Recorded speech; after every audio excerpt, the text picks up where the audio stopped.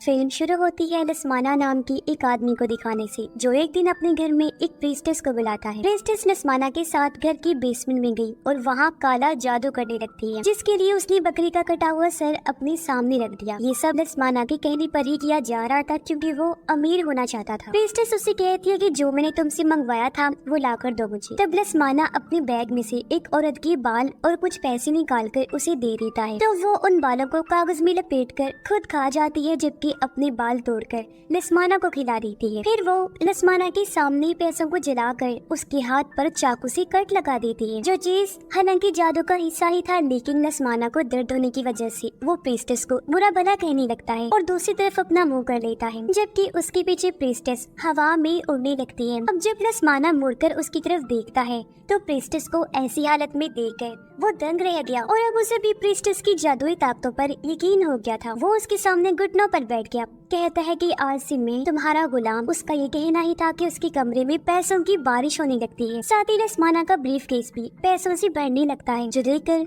उसकी खुशी का कोई ठिकाना ही नहीं रहता। यही नहीं बल्कि जिस बकरी का वो सर था वो भी जिंदा होकर पूरा यहाँ खड़ा हो जाता है। उसे देखने से हम समझ जाते हैं कि ये बकरा दरअसल डेविल है, यानी कि शैतान, जिसको लस्माना ने एक जान दी और बदले में शैतान ने उसे पैसों से माला माल कर दिया। तब प्रीस्टेस भी उसे कहती है कि शैतान ने तुम्हारी कुर्बानी कबूल कर लिया, इसलिए अब तुम घर जाओ, जहाँ भी दौलत शोहरत तुम्हारा इंतजार कर रही है। लस्माना अब जैसे बेसमेंट से बाहर गया, फौरन ही दरवाजा बंद हो जाता है। अब सच में लस्माना को इतनी कामयाबी मिलती है कि वो रातों रात अमीर हो जाता है, लेकिन उसकी वाइफ की मौत हो जाती है। सबको लगता है कि उसकी वाइफ ने खुद अपनी जान ली, पर असल बात तो ये थी कि लस्माना ने अपनी वाइफ के ही बाल देकर उसकी कुर्बानी दी थी, जिससे उसकी वाइफ तो मारी गई पर वो अमीर हो गया। अब लस्माना की दो बेटियां भी थीं। बड़ी बेटी का नाम आल्फी था। अपनी वाइफ की मौत के बाद लस्माना एक एक्ट्रेस से शादी कर लेता है, जिसके पहले से 3 बच्चे थे, 2 बेटियां और एक बेटा। उसकी बड़ी बेटी का नाम माया होता है, लेकिन फिर टाइम के साथ साथ अचानक कुछ ऐसा हुआ कि लस्माना को बिजनेस में नुकसान होने लगता है। उसके हालात इतने खराब हो गई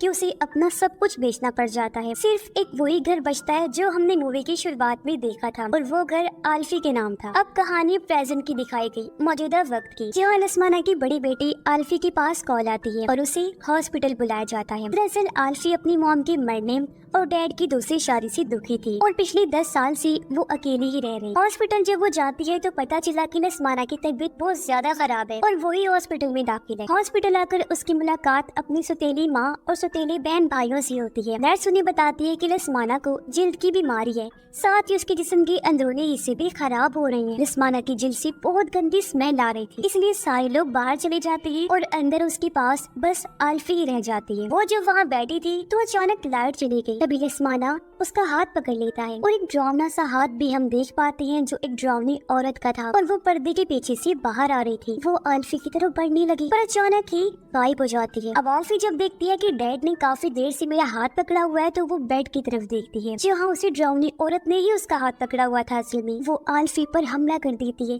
जिससे वो काफी घबरा जाती है, पर अचानक ही लाइट आ गई और सब नॉर्मल हो जाता है। अब अचानक लस्माना बेड से उठकर आल्फी को पकड़ लेता है। वो कंट्रोल से बाहर हो गया था। अब शोर सुनकर बाकी सब भी अंदर आ गए और लस्माना अपनी दूसरी बेटी के ऊपर गिर गया, यानी माया की बहन के ऊपर, और उसके मुंह से जो खून निकल रहा था वो सारा माया की बहन पर गिर जाता है। पर आल्फी इस सारी वाकये से काफी खौफजदा हो जाती है। कुछ देर बाद आल्फी की सौतेली मॉम उसके पास आकर कहती है कि हमें उस घर में जाना है जो तुम्हारे नाम है, क्योंकि वो जायदाद हम बेचना चाहते हैं। अब यहाँ हम जान पाते हैं कि आल्फी अपने सपनों में अक्सर अपनी माँ को मरता हुआ देखती है बार बार, यानी वो उनकी मौत के सदमे से बाहर नहीं आ पा रही। अब अगले दिन आल्फी अपने उसी घर में जाती है, जो शहर से काफी दूर एक जंगल में था। घर काफी पुराना हो गया था। फिर आल्फी अंदर जाती है और जब वो बेसमेंट का दरवाजा देखती है तो उसे ताले के अलावा कीलों से भी मजबूती से बांधा हुआ था, ताकि ये खुल ना पाए। ऊपर कुछ पेपर्स भी लगे हुए थे, जिन पर मंत्र जैसा कुछ लिखा था और तस्वीरें भी बनी हुई। कुछ देर बाद आल्फी की सौतेली मॉम भी अपने बच्चों के साथ यहाँ आ जाती है। वो आल्फी की छोटी बहन को भी अपने साथ लेकर आई थी। ये लोग फैसला करते हैं कि हम घर के कागजात और कुछ जरूरी सामान ढूंढेंगे यहाँ था, फिर कल वापस चले जाएंगे। अब आल्फी अपने रूम में चली गई, जहाँ उसका सौतेला भाई उसके लिए खाना लेकर आया, क्योंकि वही आल्फी को अपनी बहन समझता था और उसका ख्याल रखा करता था। वो जब बाहर गया तो उसकी बहन माया उसे औजारों वाला बॉक्स देकर कहती है कि ये लो, बेसमेंट खोलो, क्या पता वहाँ कोई जरूरी सामान हो। उधर आल्फी जब एक कमरे में गई तो वहाँ उसे बड़ी ही अजीब चीजें मिलती हैं जो काले जादू में इस्तेमाल होती हैं आमतौर पर। वहाँ उसे अपनी तस्वीर भी मिलती है, जो देखकर वो हैरान रह गई कि ये यहाँ कैसे। अब माया बेसमेंट के दरवाजे पर लगे सभी पेपर्स को हटा देती है और उसका भाई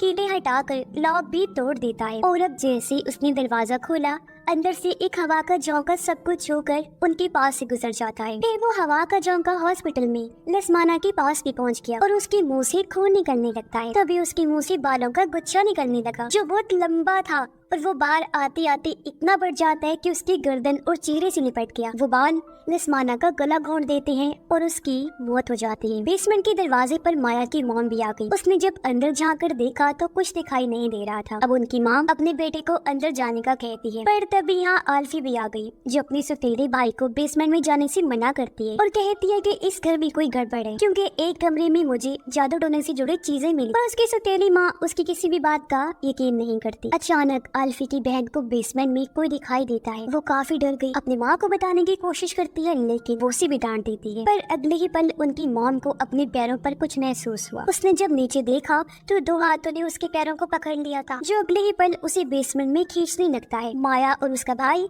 अपनी माँ को पकड़ लेती हैं। वो उसे बाहर निकालने की कोशिश करने लगी, पर वो जो भी चीज थी जो बेसमेंट में थी उसकी माँ को खींचकर अंदर ले जाती है। और अब वहाँ अंधेरे में से डरावनी आवाजें आने लगती हैं। सब बच्चे काफी घबरा गए। माया अपनी माँ को आवाज लगाती है, जो एकदम से उसकी माँ उछलकर बाहर आई। वो माया पर हमला करके उसे पकड़ लेती है। उसकी माँ की हालत काफी खराब हो गई थी, क्योंकि उसे किसी बुरी ताकत ने पोजेस्ड कर लिया था और वो पूरी तरह उसके कंट्रोल में आ गई थी। वो माया की बाजू पर काट लेती है। उसे बचाने के लिए आल्फी उसके सर पर हथौड़े से वार करती है, जिससे वो वहीं गिरकर बेहोश। कुछ देर बाद माया की मॉम को फिर से होश आ गया और वो अपने सर से हथौड़ा निकालती है, लेकिन वो अभी भी पोजेस्ड थी। वो अजीब तरह से दरवाजे के ऊपर चढ़ती हुई दीवार पर चढ़ के बैठ गई और डरावनी आवाज में कहती है कि खुशहाली की कीमत जान देकर चुकानी पड़ती है। जिसके बाद वो खिड़की का कांच तोड़कर जंगलों की तरफ भाग जाती है। माया का भाई बेसमेंट का दरवाजा बंद करके आगे भारी सामान रख देता है, जबकि आल्फी माया की बाजू की पट्टी करती है। आल्फी की बहन ने अपने हाथ में एक अजीब सी काली डॉल पकड़ी हुई थी। वो आल्फी को बताती है कि ये मुझे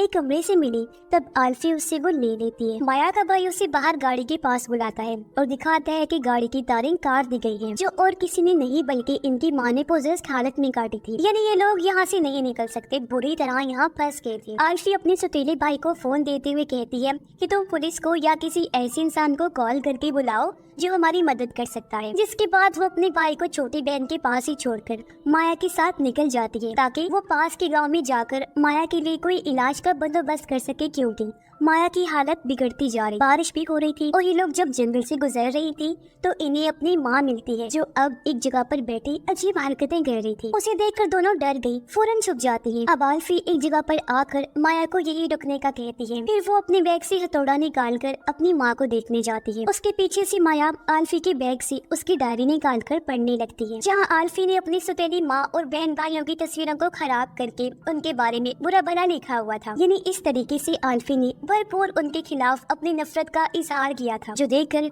माया को काफी बुरा लगता है। इसलिए कुछ देर बाद जब आल्फी वहाँ आई तो माया गुस्से में उसे कहती है कि दूर रहो मुझसे, समझी, मैं ही पागल थी जो कुछ देर पहले तुम्हें अपना हमदर्द समझ रही थी, जबकि तुम क्या करती रही हो हमारे पीठ पीछे, हमारे खिलाफ नफरत का भरपूर इजहार। मैंने सब देख लिया है तुम्हारी डायरी में।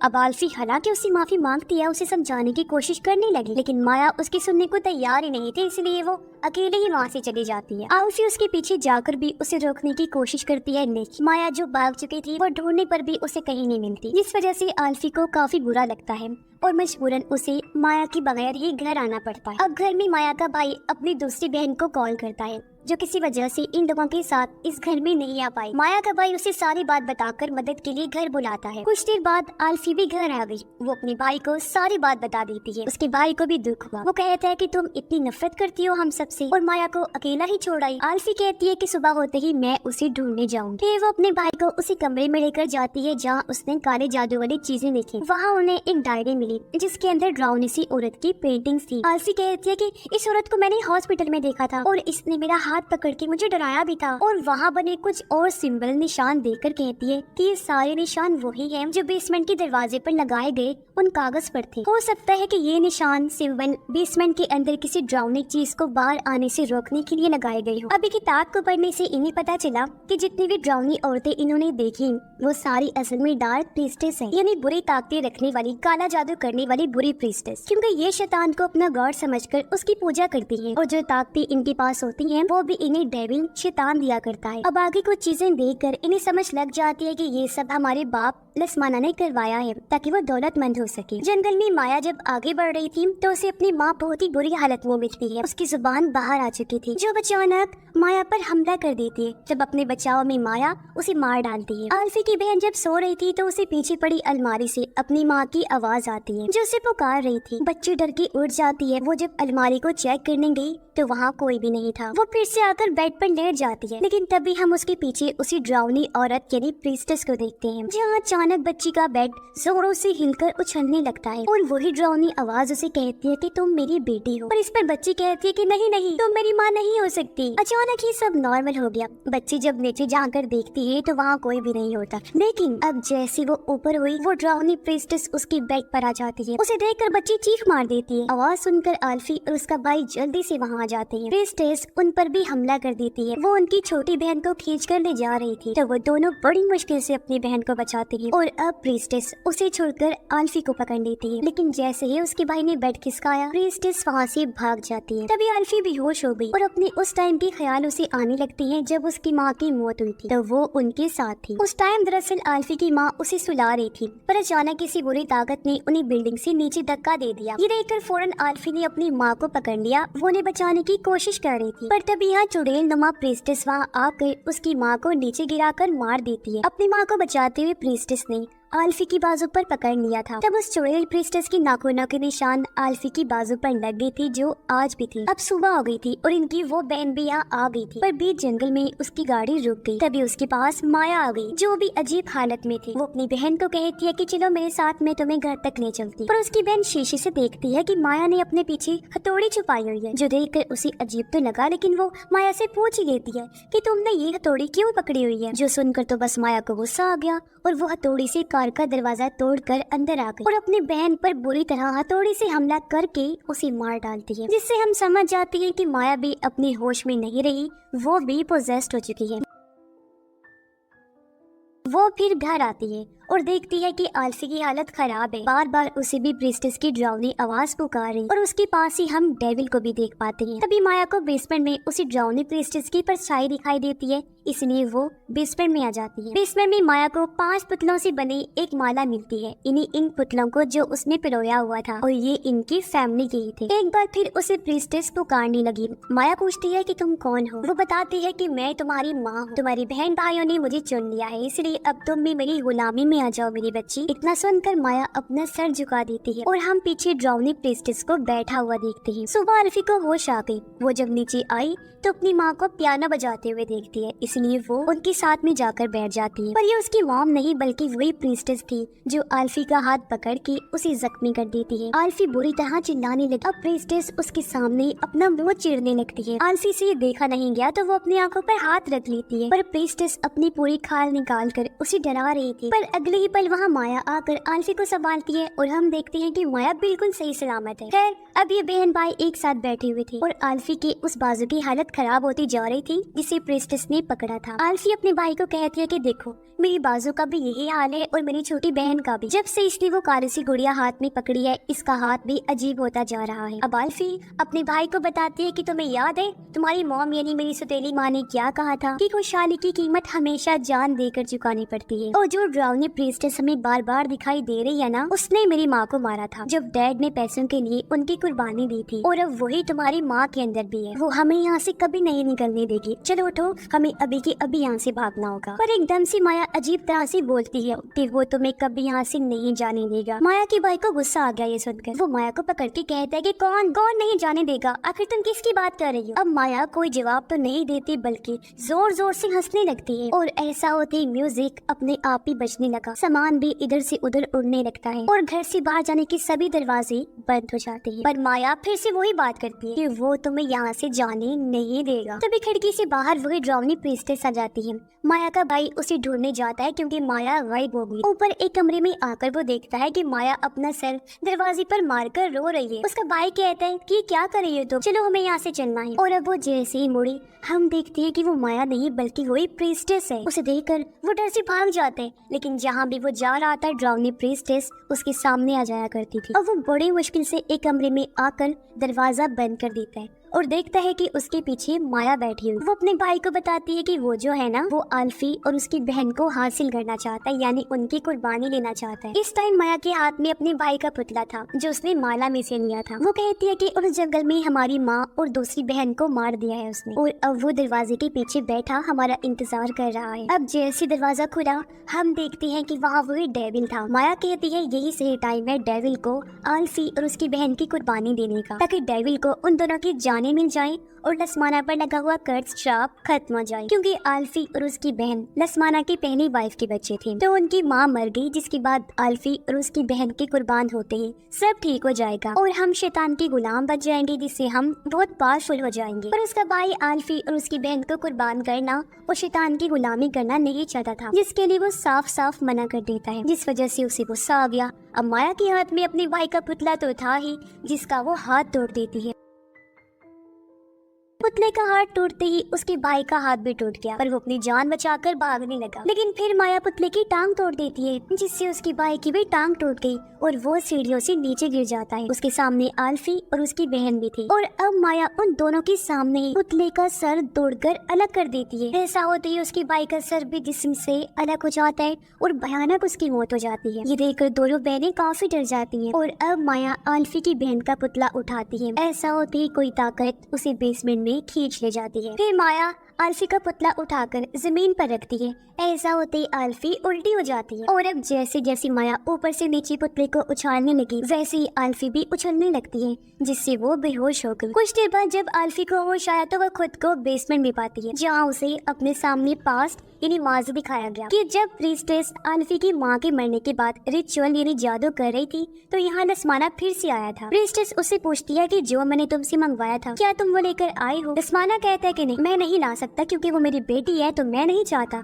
कि आल्फी को कुछ भी हो। असल में प्रीस्टेस ने आल्फी के बाल मांगे थे क्योंकि वो उसकी माँ के बाद आल्फी पर जादू करने वाली थी, उसकी कुर्बानी भी शैतान को देने वाली थी। प्रीस्टेस कहती है कि तुम ऐसा नहीं कर सकती, तुम्हें शैतान के साथ किया गया वादा पूरा करना होगा। तब लसमाना उसे बाल दे देता है, पर प्रीस्टेस गुस्से में वो बाल आग में फेंक देती है क्योंकि वो जान गई थी कि ये किसी और के बाल लेकर आया है। प्रीस्टेस उस पर चिल्ला कर कहती है कि तुमने मुझे धोखा दिया है, और अब लसमाना वहाँ पड़ा चाकू उठाकर प्रीस्टेस पर वार करके उसे मारने लगता है। मरने से पहले प्रीस्टेस लसमाना के बाल उखाड़कर कागज में लपेटकर खा जाती है, और यहाँ वो लसमाना को बददुआ देती है कि जल्दी तुम अपना सब कुछ खो दोगी। पर लसमाना ने उसकी बात को नजरअंदाज करके वहीं बेसमेंट में प्रीस्टेस की लाश को गाड़ दिया था। ये सब देखने के बाद आल्फी ने जब पीछे मुड़कर देखा तो वहाँ उसकी बहन बेहोश पड़ी थी, जहाँ उसके पास माया थी और हाथ में उसने आल्फी का पुतला पकड़ा हुआ था। वो पुतले में कीड़े चुभोने लगती है, जिससे आल्फी को तकलीफ होने लगी। फिर वो पुतले का गला घोटने लगी तो आल्फी का सांस भी बंद होने लगा, लेकिन वो माया के गले में उसका पुतला देख लेती है। ये देखकर आल्फी को एक आइडिया आया, वो जोर जोर से हंसने लगती है। माया को ये देखकर गुस्सा आ गया। वो आल्फी के पास जाकर कहती है